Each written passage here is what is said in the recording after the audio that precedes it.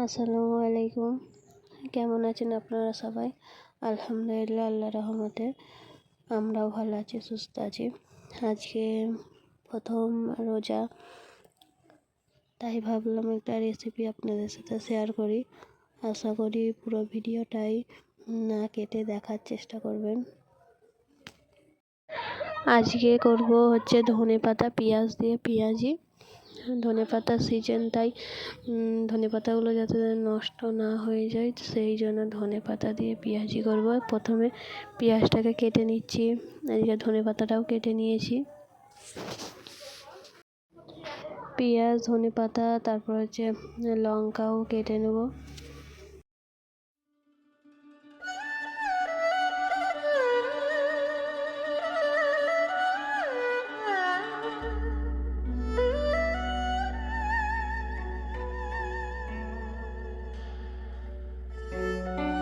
কাটা হয়ে গেছে, এবারে যে পরিমাণ মতো সব মশলাগুলো দিয়ে দেবো। মশলাগুলো দিয়ে ভালোভাবে মাখিয়ে নেবো। তো ধনেপাতা, পেঁয়াজ, লঙ্কা কাটা এখানে রেডি হয়ে গেছে। এবারে সবগুলোকে একসাথে মিক্সড করে নেবো। ধনেপাতা, পেঁয়াজ, লঙ্কা তিনটেই একসাথে মিশিয়ে ভালোভাবে মাখিয়ে নেবো। এতে যেই মশলাগুলো দিতে হবে সেটা দিয়ে ভালো করে মাখিয়ে নেবো।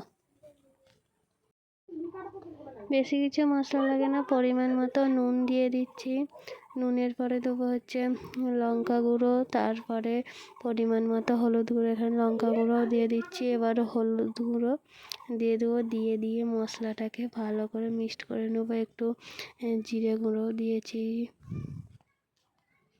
সব মশলা পরিমাণ মতো দিয়ে দিচ্ছি। এবার এতে ময়দা দিয়ে দিচ্ছি অল্প করে, যাতে স্বাদটা ভালো হয়। ময়দা দিয়ে বেসনটাকে গুলে রেখেছিলাম, এবার বেসন গুলাটাকে এবার ঢেলে দিয়ে ভালো করে সবগুলো একসাথে মিক্সড করে নেব।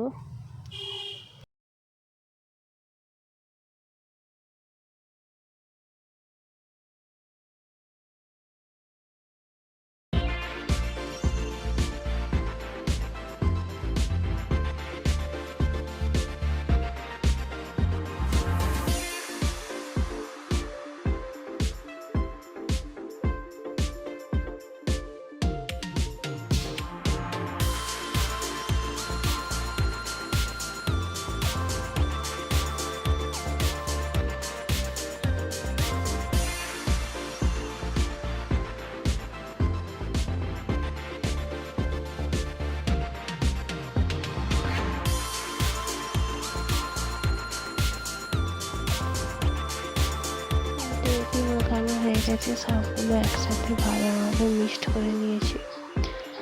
এরপর কড়াইয়ে তেল দিয়ে দিয়েছি, তেলটাও গরম হয়ে গেছে।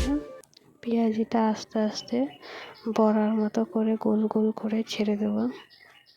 এক পিঠ ভাজা হয়ে গেলে তারপরে ভালোভাবে উল্টে নেব। ভিডিওটা যদি ভালো লাগে আপনাদের কমেন্টে আপনাদের মতামত জানাবেন, লাইক করবেন, চ্যানেলটাকে সাবস্ক্রাইব করবেন।